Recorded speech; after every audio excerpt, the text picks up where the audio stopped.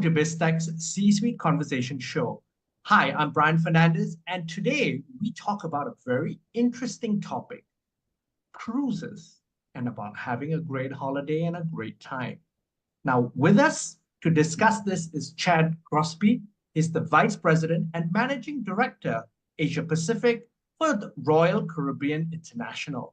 Royal Caribbean International is a renowned global cruise line that revolutionized the industry with its innovative ships and onboard experiences. To tell us more, welcome to the show, Chad. Hey, Brian, thanks for having me. I'm happy to be here.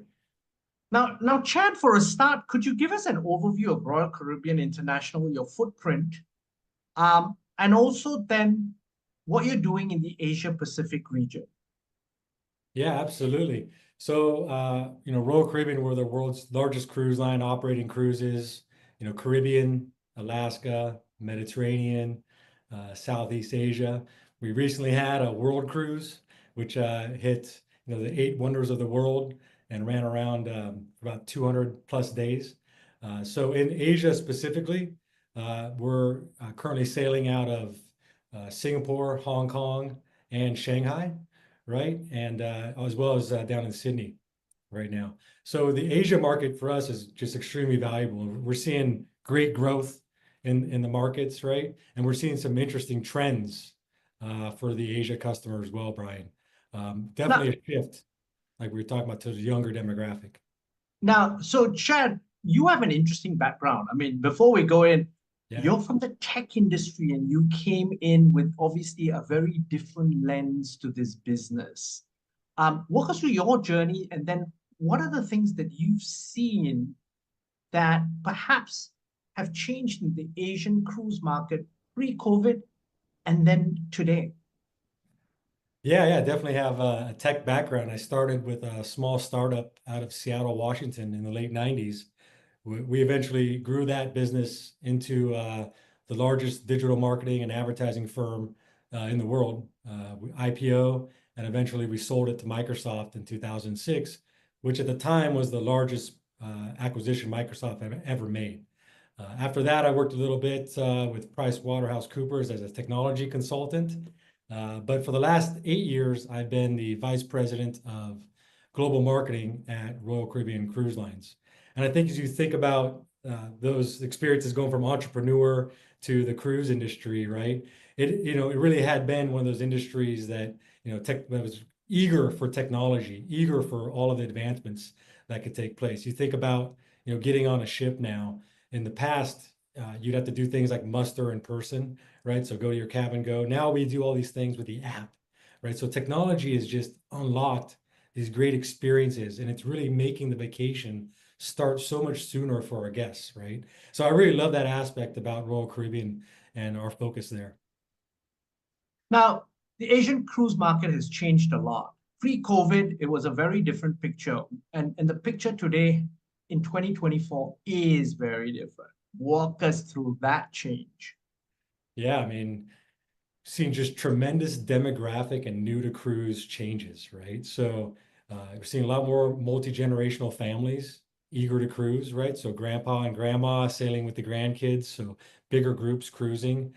We've seen the demographic change younger in terms of like Generation Z, millennials, these folks that I believe value experiences over consumer goods, so forth, right? They really view the ship as an experience in itself, right? Full of adventure, innovation, and unique experiences, which is what they're after. Another big shift in the Asia market has been this move towards demand of longer cruises, right? So we've seen a lot more demand for 10-night plus sailings. Typically, Brian, those sailings were just dominated by Americans, Europeans, and Australians who would take Okay. cruise. Now we're seeing Asians kind of move into that world, our Asian customer, and really willing to do this fly cruise product for us. Now, can you help us understand what the market segmentation in the Asia Pacific looks like? Because you've got the competitive landscape is quite broad and you're on certain segments only. Could you throw some light into what the segments look like in Asia Pacific region? Yeah, I mean, well, we always say we're E for everyone, right? So we have something for everybody on our ships, right? We really focus on, delivering the best vacation, right? We talk about turning the vacation of a lifetime into a vacation, to a lifetime of vacations. That's kind of what we're after. But in terms of age demographic, we've really seen this about 42 or younger come on board the ship, right? And what that's done, Brian, is that segmentation is really, you follow the data, right? And so you look Okay. at like the Utopia of the Seas, which is our latest Oasis class ship that we just Mhm. launched in June. Every ship in the history of Royal Caribbean has come out on a 7 night inaugural sailing. We transitioned that to a 3 and 4 night sailing. Because we were following the data, we're seeing younger demographic of cruisers come on board. We wanted to give them that opportunity. So these 3 and 4 night sailings are also going to be available out of Singapore with the Anthem of the Seas, which is coming in about 3 weeks from now, right? November Okay. 21st. So those are 3 to 5 night sailings that are going to go to Penang and Phuket. The great thing about these is that it's, say you're a young family and you want to get on board a ship, right? You can get on Friday and get off on a Monday morning, right? Or, you have that the flexibility of doing shorter cruises to kind of get you introduced and rolled on the cruises. And you still get the opportunity to visit ports and get off and see. So you get a good taste of what cruising is all about. And also that really fits in. So from a practical standpoint, younger people still working, they need to be in the office on Monday. So those shorter cruises enable them to have that quick getaway, recharge, and then just be ready to hit the ground running again on Monday. Yeah, and it also, for the kids don't have to take days off of school. How great is that, Yeah. right? You know, I've got Now three speak. daughters, and for me to take them off for a week is tough, right? But for a weekend, and they're blessed. They've been growing up with the cruise line, so they've been able to see all of the ships and the changes in ships. So we're really excited to be here in Asia and start sailing on some of these cruises. Now, one of the key trends that's happening is also the rise of themed cruises. So you've got Disney that has a theme cruises in Asia already. I've been on a theme cruise before, as we discussed before that, where it's literally a music festival on the ship for 4 days and 3 nights, which was fantastic. Now, walk us through that trend and some of the other trends that you're seeing in 2024, 2025.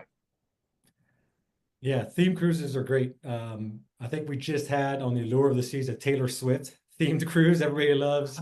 Singapore had the Swift effect recently as well. We're seeing the Mhm. Swift effect on our ships as well.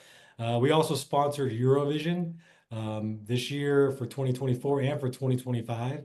So these theme cruises are great because you come on board the ship and it's tied to, let's say, Eurovision, right? Where you have events on the ship as well, custom drinks and so forth that people can kind of watch the show, but also feel the camaraderie of the event. Another trend we've also seeing is a growing trend of MICE business, especially Okay. coming out of COVID.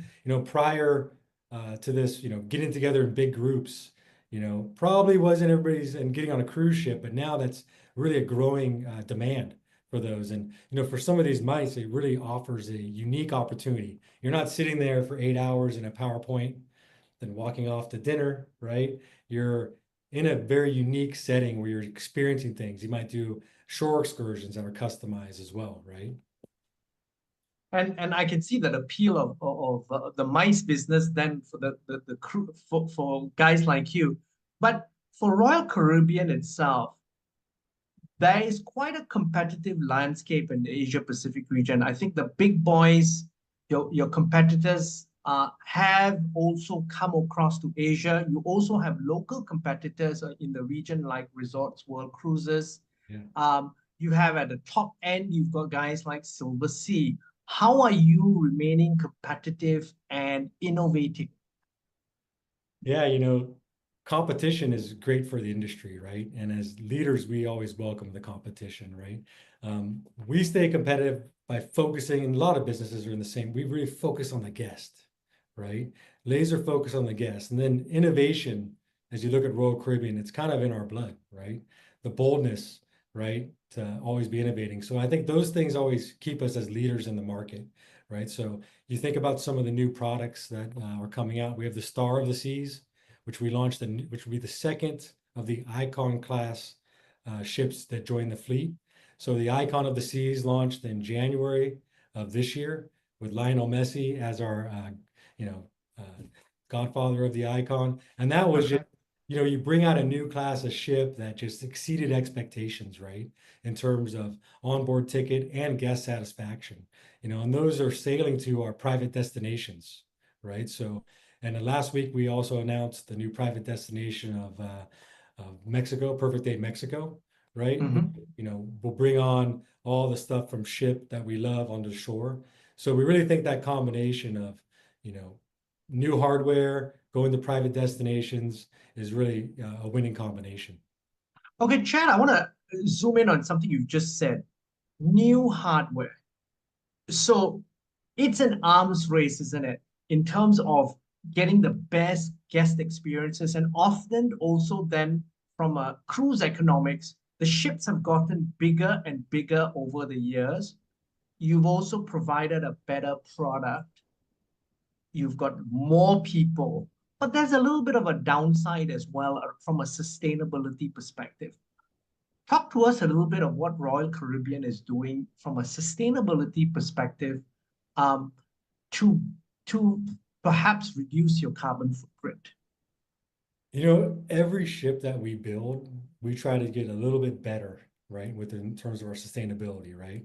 Now the ships that are coming out the Icon produce, plus 90% their own water. We have better ways of managing waste on board ships, right? Using tools like AI to measure it, right? So it's a progress, and we're always getting better. We have new fuels that we're working on, right? We had LNG fuels come out with the Icon of the Seas. Shore power has been a great advancement for the industry as well. So I think we want to spearhead the industry, right? And we want to make every one of our ships just a little bit better in terms of how it views, because it is about, taking care of the future generation. I have 3 daughters. I want to make sure the seas are, set. I want to make sure, the ports are pristine, right? I want to make sure all of that's there for them. Even with these bigger ships, they're very efficient. Now, Chad, then coming to Asia Pacific, back to Asia Pacific, and in terms of growth, which markets are you seeing growth for Royal Caribbean in 2025, 2026? Yeah, I mean, really excited about Asia Pacific. In particular, we're seeing great demand across the board. Some markets that are shining out for us are like the Philippines, Indonesia, Malaysia, and India. India specifically, you're looking at, we talked earlier about the multi-generational family, Mm-hmm. grandfather, grandma, flying with the family. That fly cruise product that fits in culturally with a lot of what these vacations, what these vacationers want, right? They want to have that, experience that the whole family sees, right? And so we offer something for everyone on the ships. And I think that's, what we're excited about for Asia Pacific. We have the Anthem of the Seas coming, which is a quantum class ship coming, doing 3 and 4 night sailings to Phuket, Penang, but also doing longer destination sailings to Vietnam, Thailand, Malaysia, Indonesia. And we're seeing like Thailand and Vietnam being very particularly attractive destinations, right? So as you look there, we're seeing the trend of, the holidays and school holidays. So festive periods, Mm-hmm. great demand from the markets around that area. Chad, it's been a fascinating conversation. I think it really enlightened me in terms of your industry. But before we leave, any final thoughts you'd like to leave the audience with? Yeah, I mean, well, we're just really excited to have the new ships come on board. We also have the Ovation of the Seas coming in 2025. So cruising is growing in Asia, right? And it's growing very rapidly. And we're excited to bring our guests on board and move forward. Chad, thank you very much for taking your time to be on the show. It's been a pleasure. Thank you, Brian. Thank you for having me. We've been speaking to Chad Grospe. He's the Vice President and Managing Director, Asia Pacific for Royal Caribbean International. I'm Brian Fernandez, and you've been watching and listening to Biztech's C-Suite Conversation Show. This interview will be on our website, www.biztech.asia, as well as our syndication partners, TV stations, radio stations, and websites. Thanks a lot for tuning in.